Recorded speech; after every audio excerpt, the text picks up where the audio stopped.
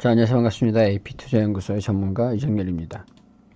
자, 오늘은 10월 26일이고 현재 시각은 3시 19분을 지나고 있습니다. 지금 함께 보실 종목은 두산인프라코라는 기업이고 코드 번호는 042670입니다. 지금 매각이 한창 진행되고 있는데 이전에서 현대중공업체 관련돼 가지고 현대중공업 계속 말씀을 드렸었죠. 여기서 GS건설이 인수전에 또 참여를 했습니다. 자, 두산 입장에서 본다면은 인수하는 그런 경쟁사들이 늘어나면서 긍정적이다라고 볼 수가 있는데, 두산인프라코 입장에서 본다면 변수가 많이 생겼죠. 그렇기 때문에 이 변수를 계산하기 위해서 차익 실현 흐름을 좀 나와주기도 했다라고 좀 말씀을 좀 드리기도 했는데, 오늘은 좀 차익 실현을 좀 낙폭을 조금 축소시키는 흐름을 받아들이면서 낙폭을 조금 축소시키는 움직임을 좀 보여주면서 어느 정도 시장에 반영이 된 그런 모습을 보여주는 것 같아요. GS건설이 갑자기 갑자기 튀어나오면서 갑자기 뚝 튀어나오면서 GS건설에 대해서 좀 어떻게 받아들여야 될까? 지금 현대중공업의 강력한 라이벌인 GS건설이 나왔다라고 이렇게 좀 보여주면서, 사실 GS건설이 부채도 좀 많은 부분이기 때문에 인프라코어 입장에서 GS건설이 들어온 거를 좀 긍정적이라고 봐야 되나라는 그런 부분들, 그런 부분들에서 좀 주목을 해보고 있었던 그런 상황이었다라고 좀 설명을 드릴 수 있을 것 같아요. 자, 이전 영상에서도 좀 말씀을 드려왔지만은 현대중공업과 GS건설을 좀 비교를 했을 때, 자, GS건설. 자, 비교를 했을 때, 현대중공업 같은 경우에는, 현대건설기계 같은 경우에는, 우리 볼보를 좀 따라잡을 수 있으면서, 볼보에 대한 국내 시장의 점유율이라든가, 글로벌 시장의 점유율, 해외 산업 부분에서의, 조금, 긍정적인 시너지가 좀 예상이 되는 부분이기 때문에, 매각가를 좀 적절하게 받을 수 있다라는 부분들. 현대건설 같은 경우에는 부채가 어느 정도 있기 때문에, 이런 부분에서는, 두산의 입장에서, 조금, 이 현대건설 인프라코, 정리를 하자면 두산 입장에서는 다양한 기업들이 이 인프라코어를 좀 인수를 하고 싶어 하면은 좋죠. 금액을 좀 높게 받을 수 있는, 경쟁력을 높여가지고 금액을 적당하게 협상을 할 수 있는 그런 부분이기 때문에 좋다라고 얘기할 수 있는데, 두산 인프라코어 입장에서 본다면 코어 입장에서 본다면은 현대와의 시너지가 더 베스트일지 아니면 이 기업과 GS건설과의 시너지가 베스트일지, 그런 부분에서의 계산이 좀 필요하다라고 좀 말씀을 좀 드리는 거죠. 자, 이런 부분에서 좀 보자면은 제가 봤을 때는 사실 GS건설 같은 경우에 글로벌 점유율이라든가 현대랑 GS랑 건설기계 부분에서 좀 비교를 하자면은 아무래도 현대가 좀 더 낫지 않을까, 인프라코어 입장에서. 근데 모르는 거죠.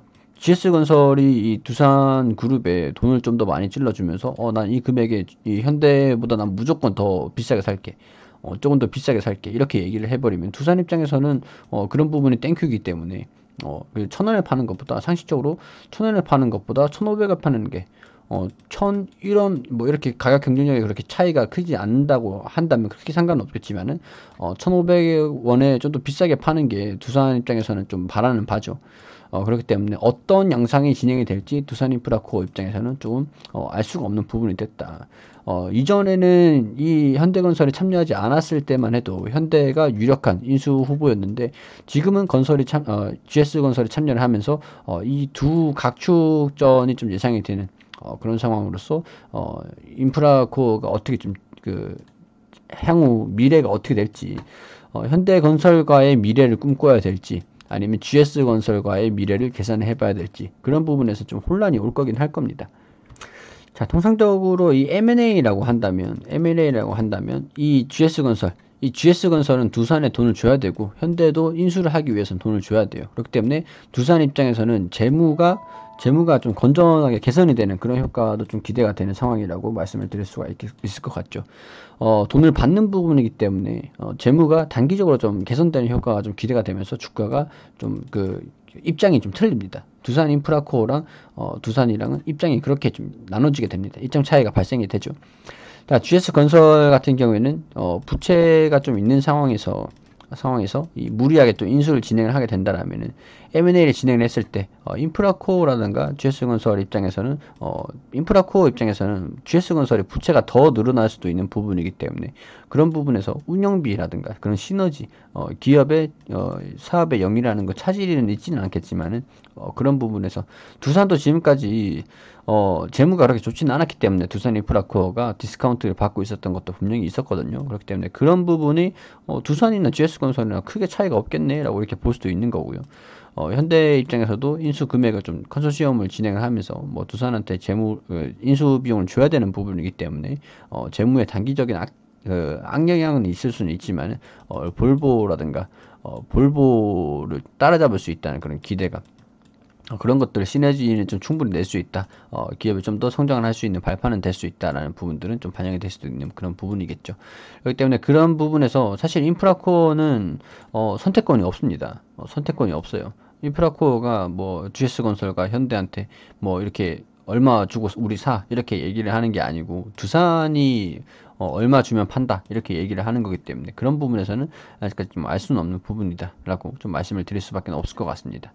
자, 두산인프라코 입장에서도 매각가 좋은 점도 있어요. 매각 가격을 얼마나 받느냐 이 시가총액 대비해가지고 이 지분이 두산이 매각을 하는 이 지분이 매각 가격이 얼마에 받느냐에 따라서 기업의 가치가 다시 한번 재평가될 수 있다는 그런 부분도 있고 지금 건설기계 사업 부분에서도 실적이 좀 증가가 될 거라는 그런 기대감도 반영이 되고 있기 때문에 뭐 쉽게 주가가 막 극단적으로 빠지는 그런 흐름을 보여주지는 않을 것으로 좀 예상이 되긴 합니다. 자, 그렇지만 우리 인수전이 어떻게 될 것이라는 그런 부분들 인수가 누가 된다 그러면은 뭐 시너지가 된다는 부분 일반적으로 이 매각 기업 같은 경우에는 그 좀 특징이 좀 있는데 좀 지금으로서는 알 수는 없지만은 매각 M&A가 좀 종료가 된다. 라고 하면은 매각이 얼마에 팔린대 이런 소식이 들리면은 주가가 좀 상승하는 흐름도 좀 기대를 해볼 수도 있는 부분이기도 합니다. 그렇지만은 뭐 다양한 변수들이 좀 존재를 하기 때문에 그런 부분에서는 좀 지켜보자. 뭐 누가 인수 최우선 협상자로 선정이 되는지 그런 부분에서는 조금 지켜보자 라는 부분들을 말씀을 좀 드릴 수밖에 없을 것 같네요. 현재로서는.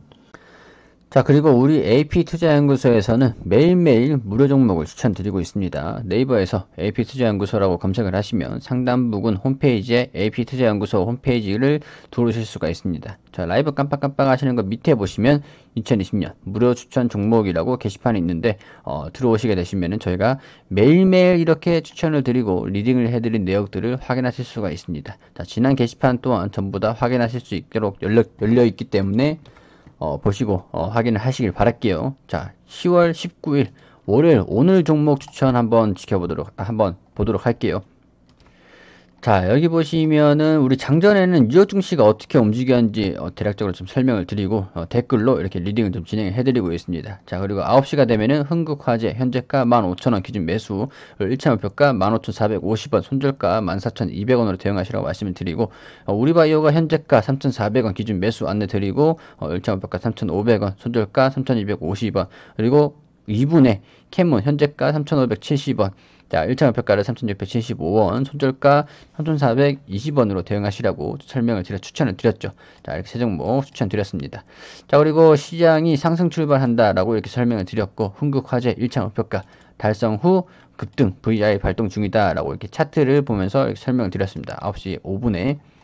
자, 9시 5분에 이렇게 설명을 드리면서, 이게 이제 캐몬 1차 목표가를 달성을 했다라고 차트, 이 음봉입니다. 음봉에서 우리 고가 달성을 했다, 최고가 달성을 했다고 설명을 드렸습니다. 자, 그리고 우리바이오가 손절가를 3,200원으로 하향 조정을 해서 지금 매도 한창 싸우고 있다. 그렇기 때문에 손절가를 낮추고 보유하는 전략으로 가자라고 설명을 드렸습니다. 자, 이런 상황에서 두 종목을 수익을 내고 한 종목은 보유 중에 있다라고 이렇게 설명을 드리고 노하우 부분들, 시장이 어떻게 대응해야 된다라는 부분들 이렇게 쭉 설명을 드리면서 시장 브리핑 한번 이렇게 드리고 있었는데 시장 브리핑을 한번 드리면서 자, 이 종목들 리딩을 계속 진행하고 있었습니다. 자, 그리고 장중에서 또 이제 흥국화재가 20% 넘는 급등을 하면서 상승하는 흐름들 아까 차트랑 또 다르죠. 상승을 했죠.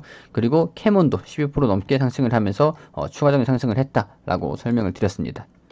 자, 그리고 우리바이오가 1차 목표가를 돌파를 했다라고 설명을 드리면서 좀 세 종목 다 모두 수익을 내는.